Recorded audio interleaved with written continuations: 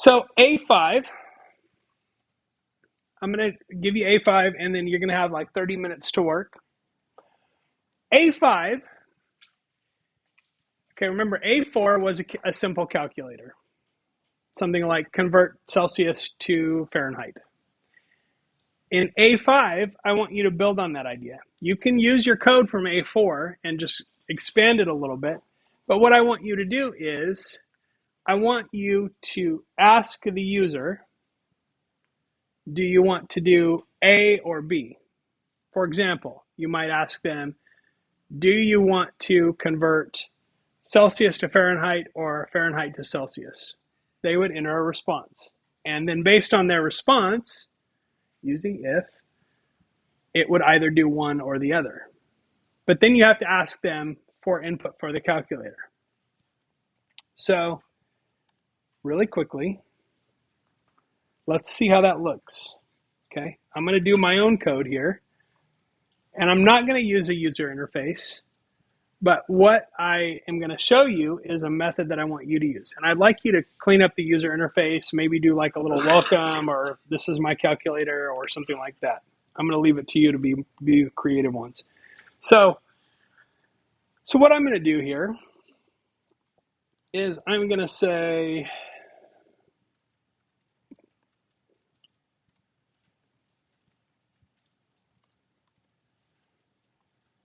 I'll just do a little intro line that says shape calculator.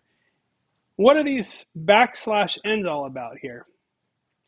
If I add that to the end of my string, it'll leave 2 blank lines beneath it. So that's a nice little shortcut to remember. If you want to add a blank line to the end of a string, just use \n. It stands for new line. So that's a character that you can insert. Now, before I start coding, I'm going to do something called structural comments. So I'm going to show you how to use comments in your code, which is non-executing code, to actually build out the structure. So I'm going to say ask the user, oops, wrong comment, character, there we go. Ask the user what they want to do. And I'm going to say if they choose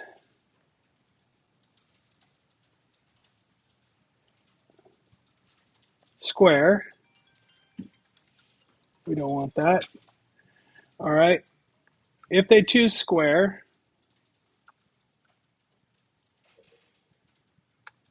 and else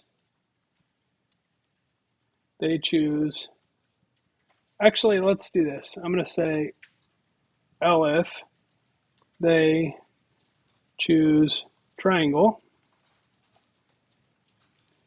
And then finally, else they made a bad choice. Okay, so in here, if they want to calculate the area of a square, I'm going to say get side length. And then I'm going to say calculate square area. Oh, I'm going to have to convert that too. Convert, right? Convert to number. And then same thing on triangle. I'll use a right triangle to make it simple on myself. Let me show you a little trick here. If I have multiple lines that I want to indent or unindent all at the same time, a shortcut in PyCharm is I highlight all of them and I hit the tab key and it will indent them. If I want to unindent them, move them to the left, I can hold shift and tab and it will move them to the left. Always want to indent using tab characters. Do not use the space bar. Why? Because if you accidentally type 4 spaces and then on the next line you type 5 spaces, You might not be able to visually see the difference, but Python knows the difference and it's going to yell at you. Tabs are easier to keep track of. So finally, else, tell them they are bad. Okay, so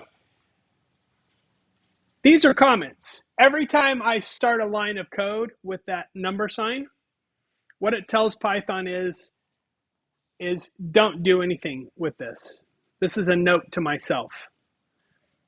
It could be a note to another programmer, but it's a note to myself. So this is how the structure of that program will look. Now, for the first time, I'm going to force you to fill in the code. But this is the structure of that program. Now, you'll notice that get the side link, convert to a number, calculate the area. That's basically assignment 4.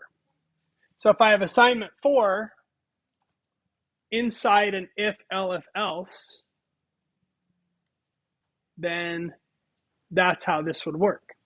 So the last thing I want to show you before I turn you loose is how do we ask the user what they want to do. Here's a simple menu. str menu equals input. What shape? 1, triangle, 2, square. Oops. I did that backwards. Square, triangle. There we go. Okay, so the if statement here is going to look like this. If str menu equals 1, notice my 1 is a string. Why is my 1 a string here? When I'm asking them to insert a 1, because everything a user input in response to an input statement is always a string, even if it's a digit. It's always a string. So I could convert it to an integer and then check it against an integer, but it's easier if I just check to see if they entered a string of 1. So my elif here, elif str menu equals 2, and finally else. Now this is mad at me right now, and the reason for that is because I have an if, an elif, and an else with no code block beneath each one. That's why I'm getting those red underlines here, here, and here. If I add something below that, it won't do that. But you get the idea. So that's the structure, and inside each one of these, I'm going to be asking them for the side link, converting to a number, doing the calculations, printing the results. Same thing here. Get the number, convert it, calculate, print the result. And then the last thing here, if they choose something other than 1 or 2, because the only options were 1 or 2 here, if they type anything else, I can just say, hey, your input wasn't one of the 2 choices or whatever. Pay attention, whatever. I could be as friendly or as snarky as I want to be because that's the programmer's right here. So this is a common way of laying out your programs and kind of thinking them through before you actually start typing. And it's a good way to sort of break it down and make it simpler. So that's something I would like you to do. Whether you use this method or whether you use a code first method, I would like you to start including comments in your code, telling me what it is you're doing. It will help you think it through, but also when I'm checking your code, it will help me understand. If you do something that's unusual or that I don't understand, it will help me kind of understand where your head's at when you type that line. That way I can give you better feedback. Okay, so please include comments in all of your code, starting with this assignment.